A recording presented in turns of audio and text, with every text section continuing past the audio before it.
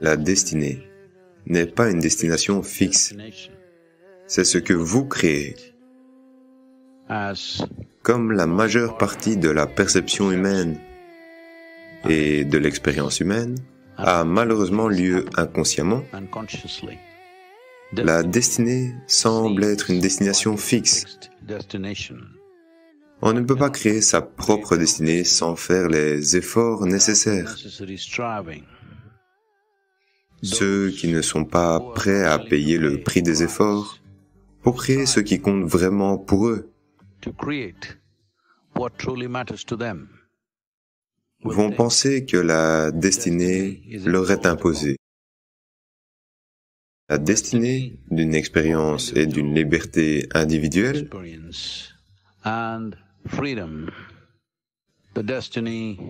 la destinée d'une justice sociale, la destinée d'un bien-être national ou mondial, doivent être atteintes par des efforts.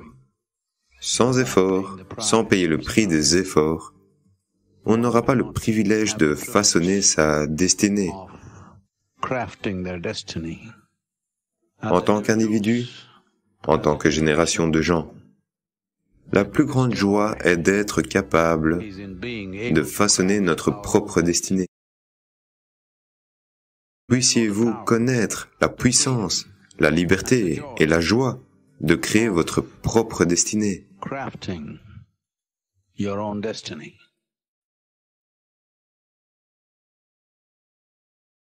Il n'y a que si vous nettoyez votre système énergétique de l'empreinte karmique que vous pouvez changer votre destinée. C'est pour ça que les kriyas de yoga sont importants. Parce que, une fois qu'il y a une certaine empreinte de mémoire sur vos systèmes énergétiques, peu importe à quel point vous essayez, vous avez tendance à repartir dans la même ornière encore et encore. Donc l'idée de faire des kriyas, c'est de nettoyer le système énergétique de l'empreinte karmique, pour qu'il n'y ait pas de logiciel interne qui aille à l'encontre de votre volonté actuelle, de la façon dont vous voulez faire les choses. Donc il y a toujours cette question, est-ce un libre arbitre ou est-ce une destinée? Vous devez comprendre que votre destinée, ce que vous pensez être votre destinée, est écrite par vous, inconsciemment. Donc il est temps de l'écrire consciemment. Pour cela, nettoyer votre système énergétique de l'empreinte karmique est absolument crucial, et c'est pour ça qu'une sadhana quotidienne est très importante. Si vous réagissez de façon compulsive, les situations externes déterminent la façon dont vous êtes en ce moment. Si vous répondez consciemment, votre bien-être est largement entre vos mains. Ce qui est significatif dans le fait d'être humain, c'est qu'on n'a pas besoin d'être des animaux avec des réactions compulsives. On peut être une réponse consciente à tout dans notre vie, pas seulement aux situations externes. Même les situations physiologiques et psychologiques. Dès que vous devenez une réponse consciente à tout cela, vous devenez le maître de votre propre destinée. Que ce soit le bonheur ou le malheur, la douleur ou le plaisir, la souffrance ou l'extase, essentiellement, ça a lieu de l'intérieur. Le siège de l'expérience humaine est en nous. Les caméras peuvent être à l'extérieur, les microphones peuvent être à l'extérieur, mais le film n'a lieu qu'en nous, même en ce qui concerne les impressions extérieures. À partir des impressions extérieures, si vous êtes dans un état compulsif de réaction, votre expérience de cette impression prend forme à partir de vos expériences passées.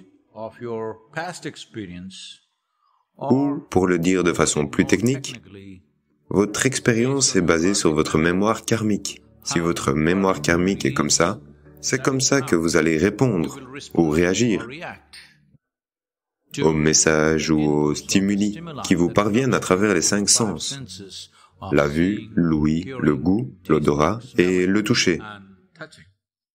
Vous aimez quelque chose ou n'aimez pas quelque chose. Ça dépend essentiellement de votre expérience de vie passée, qui se trouve peut-être dans votre mémoire consciente ou non. Mais quelque part au fond de vous, c'est à vous de porter ce jugement.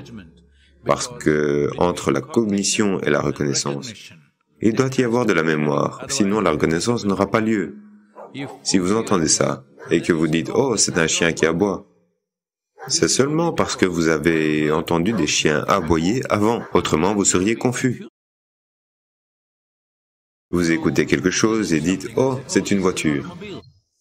Eh bien, cela n'est possible que parce que vous avez déjà entendu le bruit d'une voiture. Si vous entendez un son que vous n'avez jamais entendu auparavant, alors vous serez confus, parce qu'il n'y a pas d'empreinte karmique de ce type. Donc on doit comprendre ceci. Il y a ce qu'on appelle la cognition, et puis la reconnaissance, et puis la réaction. Cette partie appelée réaction ou réponse est la dimension que les êtres humains peuvent prendre en charge. Ce qui veut dire que vous pouvez être soit une réaction karmique instinctive, soit à une réponse consciente. Une fois que vous parvenez à devenir une réponse consciente à tous les stimuli qui vous sont envoyés, peu importe quel type de stimulus vous est envoyé, une fois que c'est une réponse consciente, vous pouvez façonner l'expérience de votre vie comme vous la voulez. C'est-à-dire que les stimuli, les situations extérieures, ne vont pas déterminer la nature de votre expérience. Vous allez déterminer la nature de votre expérience. C'est un moyen sûr d'être capable de façonner votre destinée, exactement comme vous la voulez, ou de devenir le maître de votre propre destinée. Il est important de comprendre que vous devez passer d'une réaction compulsive à une réponse consciente.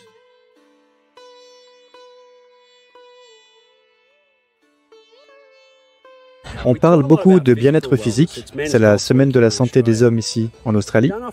On ne parle pas souvent de deux des plus gros problèmes de santé, la santé spirituelle et la santé mentale.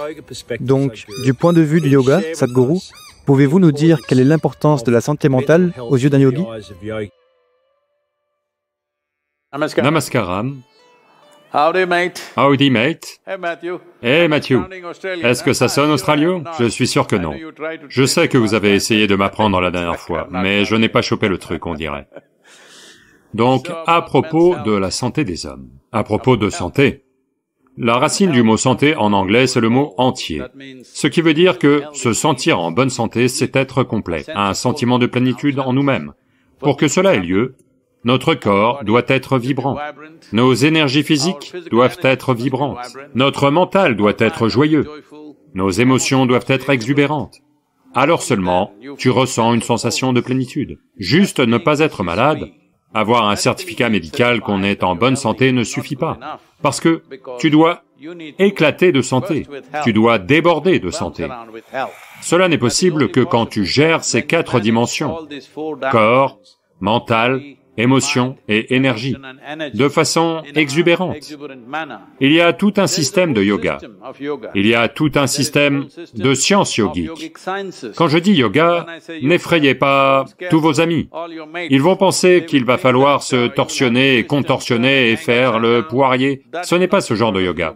Yoga signifie que tu as comme brisé les limitations de ton corps et tu es devenu un peu plus perforé, de sorte que tu peux ressentir la vie au-delà des limites physiques de ton corps. Ça veut dire que tu es toujours exubérant et énergique, parce que c'est comme ça que la vie a lieu. C'est parce qu'on inspire ce qui est dans l'atmosphère en respirant qu'on est vivant. C'est parce qu'on ingère la nourriture, qu'on boit l'eau, c'est la seule raison pour laquelle on est en vie. Donc ce n'est pas seulement en termes de respiration et d'ingestion et de digestion que cela a lieu. Chaque pore de ce corps, chaque cellule de ce corps, même les particules subatomiques sont en communication constante avec le reste de l'univers. Yoga signifie que tu fais consciemment l'expérience de cela.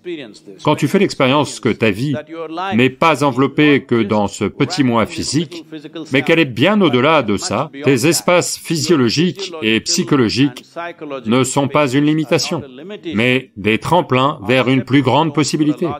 Quand cela devient une réalité vivante dans ta vie, tu es en yoga. La santé ne peut être atteinte qu'en vivant le yoga. Quand je dis en vivant le yoga, ce n'est pas que seuls ceux qui pratiquent le yoga ou un système de yoga font l'expérience du yoga. Vous regardez le lever du soleil et vous vous y connectez, c'est du yoga. Vous allez nager dans l'océan et vous faites vraiment corps avec lui, c'est du yoga. À chaque respiration, vous vous unissez au monde. À chaque pas que vous faites, vous ne faites qu'un avec la planète sur laquelle vous marchez. Si cela vous arrive, vous êtes en yoga. Donc ce yoga peut être travaillé de façon systématique, dans le sens où tu peux progressivement travailler avec ton corps, mental, émotion et énergie de telle manière que ils sont constamment ouverts à cette expérience. Chaque être humain a expérimenté une certaine forme de yoga, un certain sentiment d'union avec telle ou telle chose, mais ça ne dure pas.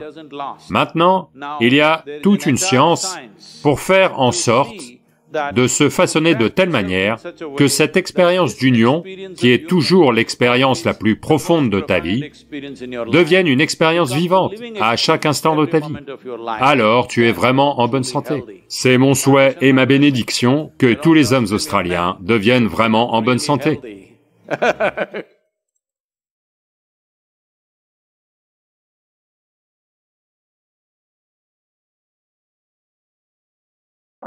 Je n'ai jamais détruit un dosa comme ça avant. Ça a vraiment accroché.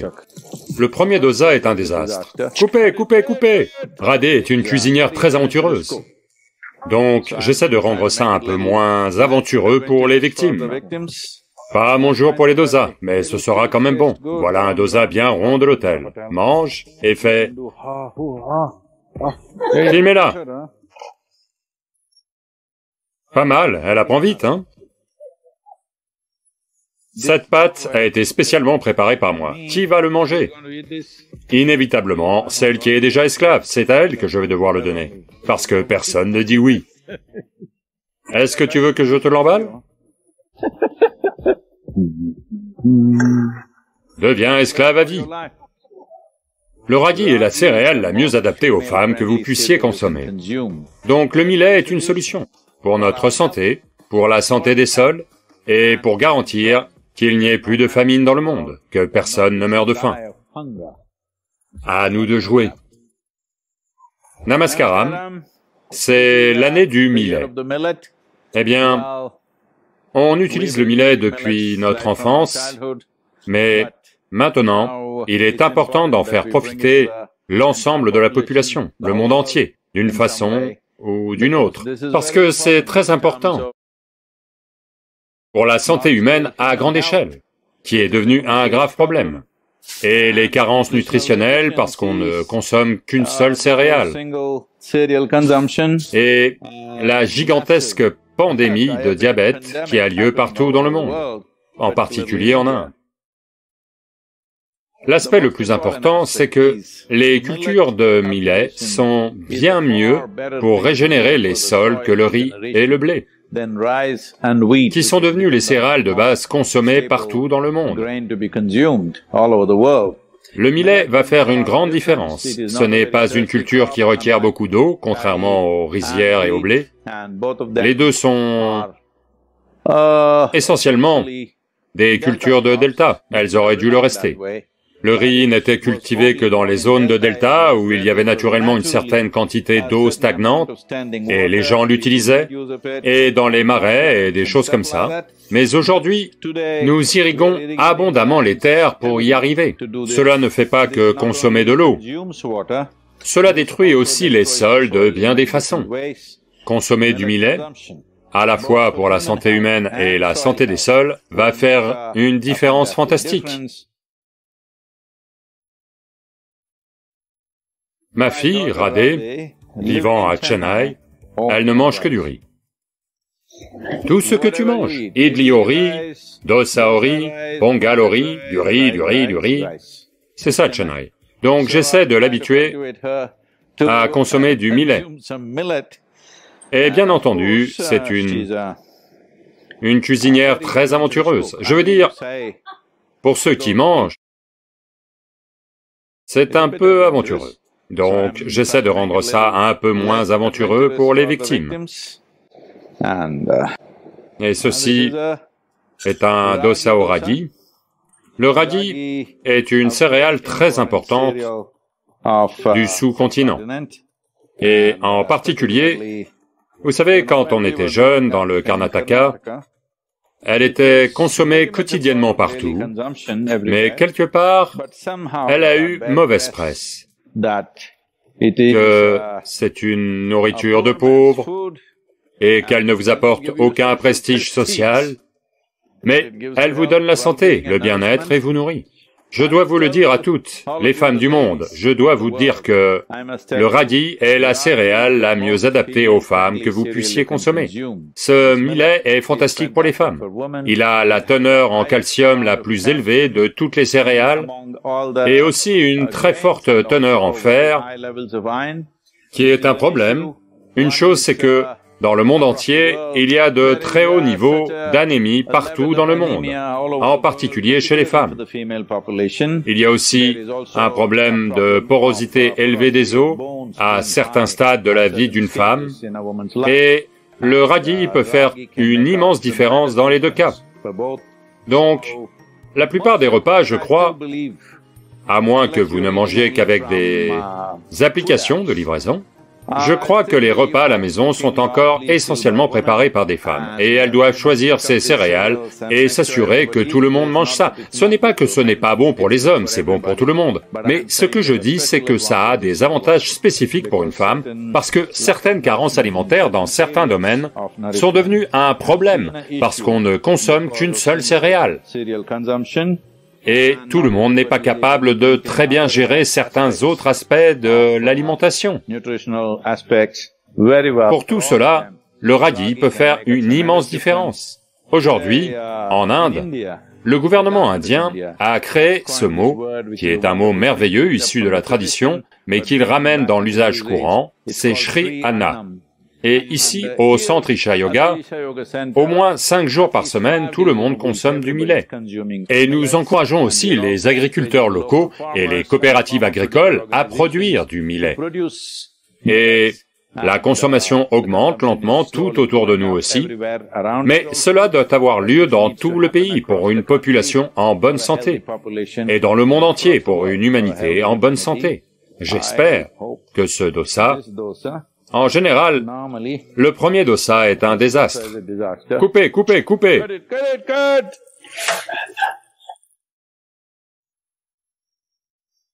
Le millet prend du temps à cuire. Il cuit un peu plus, au moins sous cette forme, un peu plus que le riz, mais il fait beaucoup plus. C'est une céréale à libération très lente, c'est-à-dire qu'il n'y aura pas de pic de sucre si vous mangez du millet. Il libère ses glucoses très très lentement.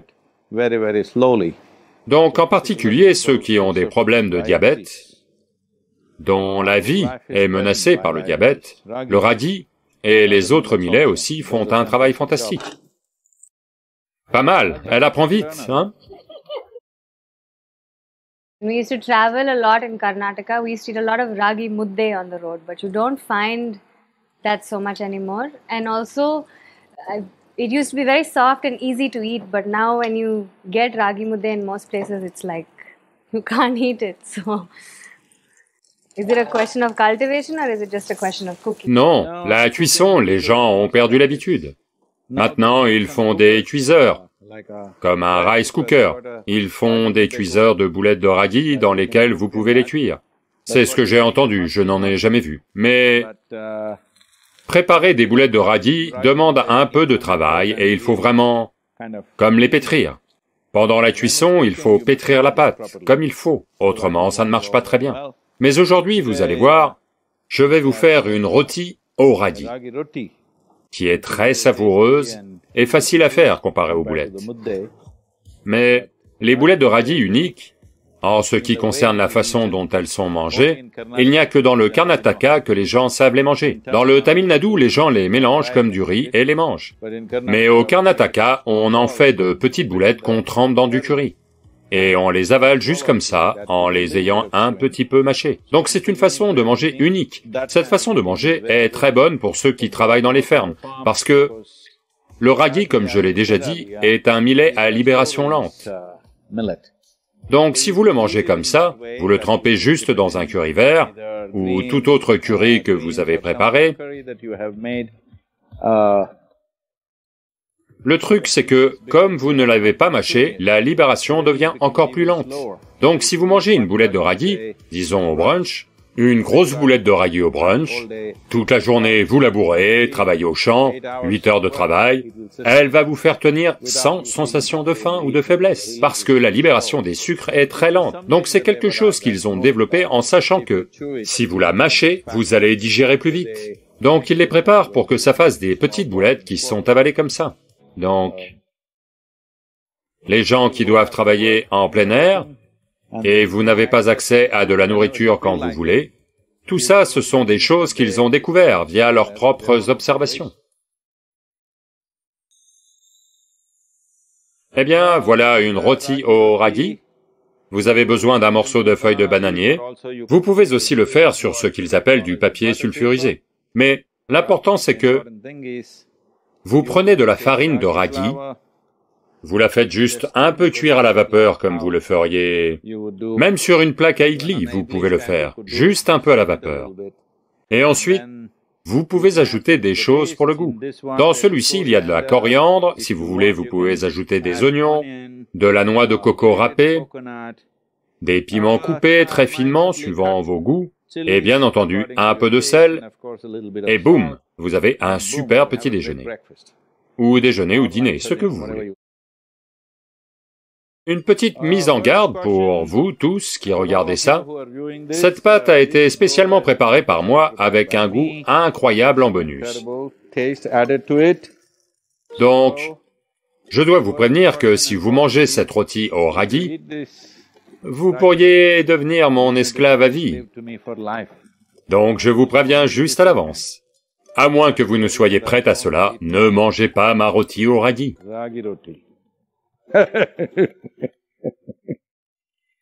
Qui va le manger? Qui veut devenir esclave? Personne ne dit oui. Donc...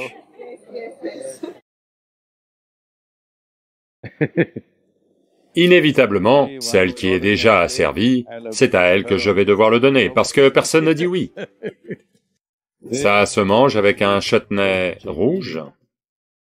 Deviens esclave à vie. Donc voici les différents types de millets qui sont cultivés dans la région: ragi, samé, sajé, varagu, kambu. Tout ça, ce sont les noms tamouls, dans chaque région, ils ont leur propre nom. Donc voici un ensemble de 6 variétés de millets. Et si vous ne savez pas encore comment cuisiner et préparer tout ça, vous pouvez juste les cuire et les manger comme du riz, ou vous pouvez en faire une chapati. Mais il y a un autre package qu'on appelle le Sanjivini, qui contient 14 ingrédients avec tous ces millets, diverses légumineuses et graines, et aussi de la noisette et des choses comme ça.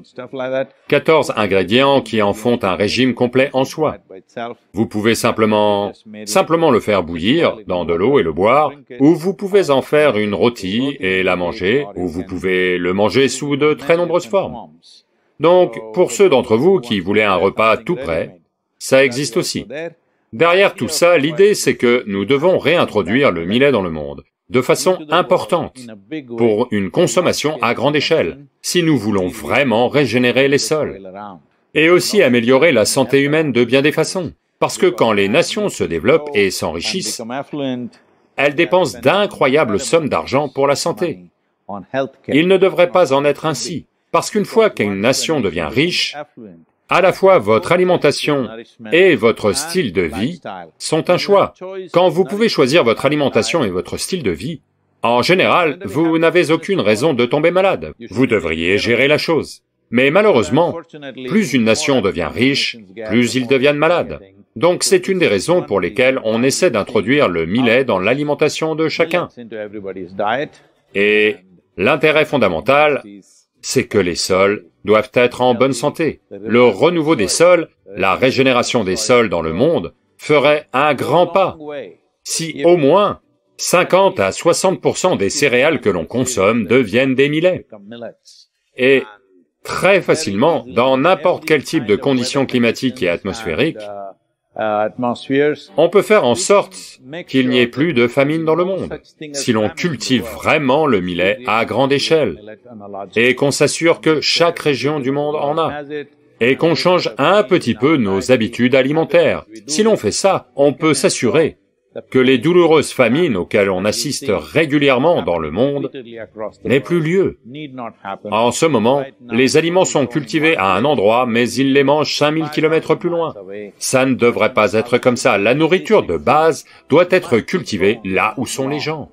Et le millet est la réponse à cela. Parce que dans n'importe quelle condition, conditions des sols et conditions atmosphériques, ou conditions climatiques, vous pouvez cultiver le millet. Avec très peu de ressources en eau aussi, vous pouvez faire pousser du millet. Donc le millet est une solution pour notre santé, pour la santé des sols, et pour garantir qu'il n'y ait pas de famine dans le monde, que personne ne meure de faim. À nous de jouer.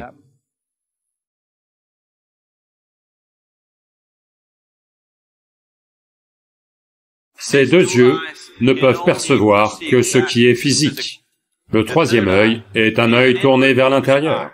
Ta convoitise, ta nature désirante, n'a jamais été à l'extérieur, elle a toujours été à l'intérieur. La convoitise veut dire qu'il se crée un sentiment d'incomplétude en toi et un désir de quelque chose. Quand on dit Shiva, le mot Shiva est devenu synonyme de troisième œil. Le troisième œil, ce que ça veut dire, c'est que ces deux yeux sont pour regarder à l'extérieur. Ces deux yeux sont capables de te montrer la physicalité de l'existence. Ces deux yeux ne peuvent percevoir que ce qui est physique. Le troisième œil est un œil tourné vers l'intérieur. Il ne va pas s'ouvrir sur ton front. Le troisième œil est un œil qui regarde vers l'intérieur. Mais vous avez entendu des histoires où Shiva a ouvert les yeux et a brûlé Kama. En Inde, il y a un dieu de l'amour et de la luxure, appelé Kama. Kama signifie luxure, que vous n'aimez pas regarder directement en face, donc vous en faites de l'amour. Parce que vous avez besoin d'une esthétique. Donc, il se cache derrière un arbre et tire une flèche dans le cœur de Shiva. Toc, elle l'atteint et Shiva est un peu troublé. Puis il voit que c'est Kama, c'est-à-dire que c'est son propre désir qui surgit. Puis il ouvre son troisième œil, un œil de feu, et brûle Kama. Il se cachait derrière un arbre, mais il a été réduit en cendres. Puis Shiva a pris les cendres de ce Kama brûlé et s'en est enduit. J'ai mis fin à ces choses pour de bon. C'est l'histoire généralement racontée aux gens. Mais dites-moi, votre désir surgit-il en vous ou derrière un arbre? Non, vous pouvez aller derrière l'arbre, ça c'est autre chose.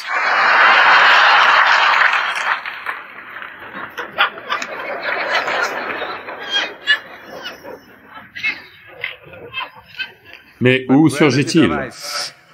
En vous. Le désir n'est pas suspendu dehors. Ce n'est pas parce qu'une belle femme ou un bel homme est assis là que votre désir apparaît. Parce que le désir, le Kama, est en vous. Donc il a ouvert son troisième œil et a brûlé le Kama en lui-même, pas celui qui est dehors. parce qu'il n'a jamais été dehors. S'il vous plaît, regardez et voyez. Votre convoitise, votre nature désirante, ne s'est jamais trouvée dehors. Elle a toujours été à l'intérieur. Donc, il a ouvert son troisième œil, pas comme ça, vers l'intérieur. Puis, il a vu cette convoitise, qui signifie essentiellement que certains aspects sont construits en toi, qui te font te sentir incomplet. Donc tu penses que tu ne seras comblé qu'en allant vers quelque chose ou quelqu'un. La convoitise, ce n'est pas que le sexe opposé. Le shopping est une convoitise, parce que tu dois aller vers quelque chose. Alors seulement la vie sera complète. Tout désir est convoitise, parce que sans cela, je ne peux pas exister. Je veux ça, parce que il n'y a que quand je l'aurai, que ceci sera complet. Ça peut être une chose, ça peut être une position, ça peut être le pouvoir, ça peut être la sexualité, peu importe ce que c'est. Essentiellement, la convoitise, c'est qu'il se crée un sentiment d'incomplétude en toi, et un désir de quelque chose, qui te fait sentir que si tu n'as pas ça, tu n'es pas complet. Donc il a décidé de brûler le kama en lui-même. Il brûle le kama, et puis, au lieu d'une sueur, de la cendre a suinté des pores de son corps. Ça, c'est l'histoire yogique. L'histoire communément racontée au public, c'est qu'il se cachait derrière un arbre, et il l'a brûlé, a ouvert les yeux et l'a brûlé, et après a pris cette cendre et s'en est enduit. La dimension yogique de cette histoire, c'est que Kama a surgi en lui. Il a ouvert son troisième œil, l'a brûlé, et ensuite, les cendres ont lentement suinté de son corps, lui montrant clairement que tout était apaisé. Tout ce que tu considères comme étant toi doit mourir. Quand je parle de mort, ce n'est pas la mort physique le problème. La question, c'est de perdre tout ce que tu considères comme étant moi, en ce moment, ta personnalité, ton identité. Une fois que tu apprends à être un individu, au-delà des formats physiologiques et psychologiques, ça veut dire que tu es pour de bon. C'est ce que vivre la mort signifie. Donc, si tu sais encore être un individu, sans format physiologique et psychologique, tu es une mort vivante. Si tu es une mort vivante, tu es éternel dans ton existence. Il est temps que vous deveniez une mort vivante pour que vous viviez éternellement. Mais il y a une certaine dimension de conscience qui peut aller au-delà du temps. Yama est venu réclamer sa vie. Markandeya, qui connaissait les chemins de la vie, a juste fait une chose simple. Ils disent qu'il a continué à vivre comme un enfant de 15 ans parce que il est entré en contact avec cette dimension de conscience que l'on appelle Kalabhairavi.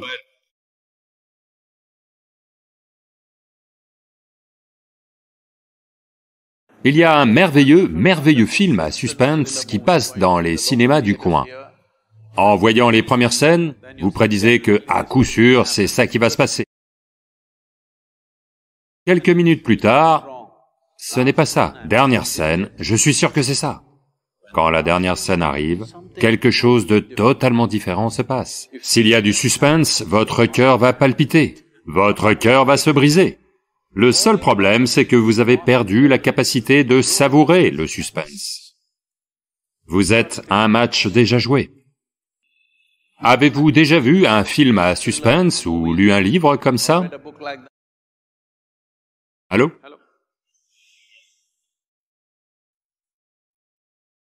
En ce moment, il y a un merveilleux film à suspense qui passe dans les cinémas du coin. Aucun de vous n'a vu ce film? Moi si. Je peux vous raconter l'histoire? Il n'y a que ce gars-là qui sait ce qu'est le suspense.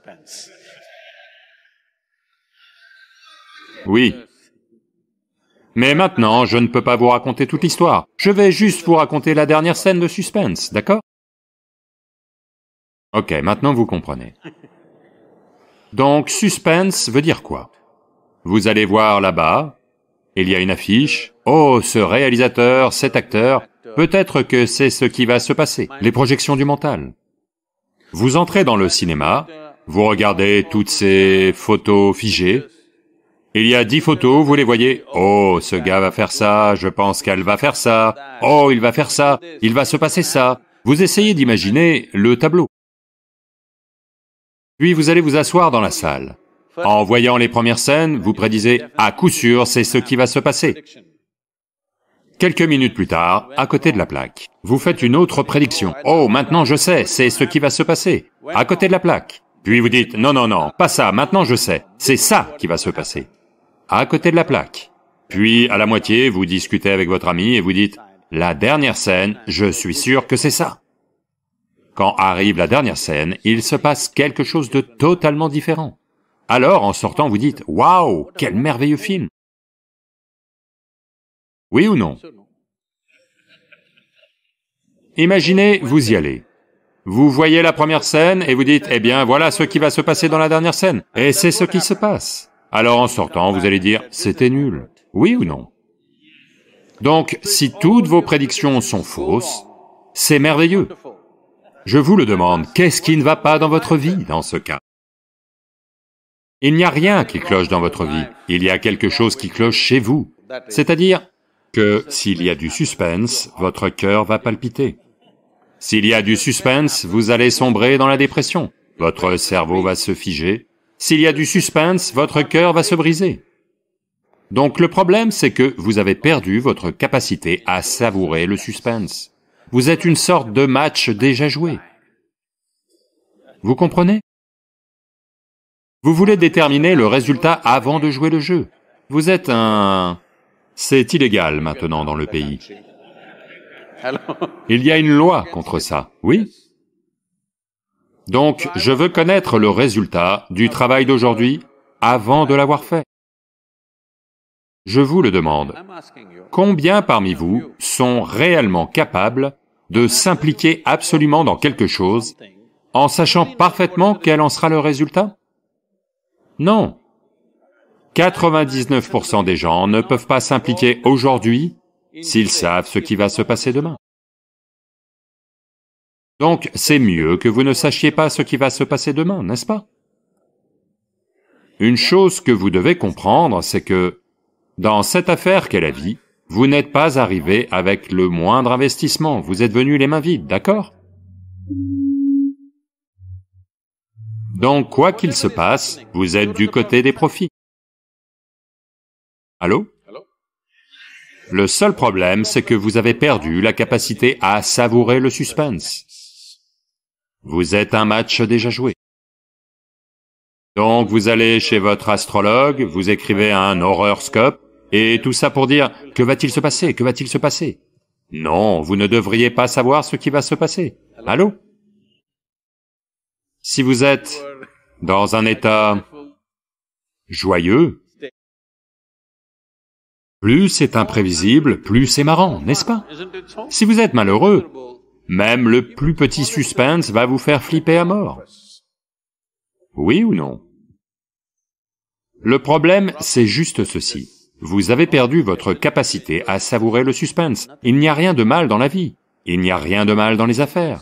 Non, Sadhguru, mais les conditions du marché sont devenues comme ça, il se passe ça. C'est du suspense.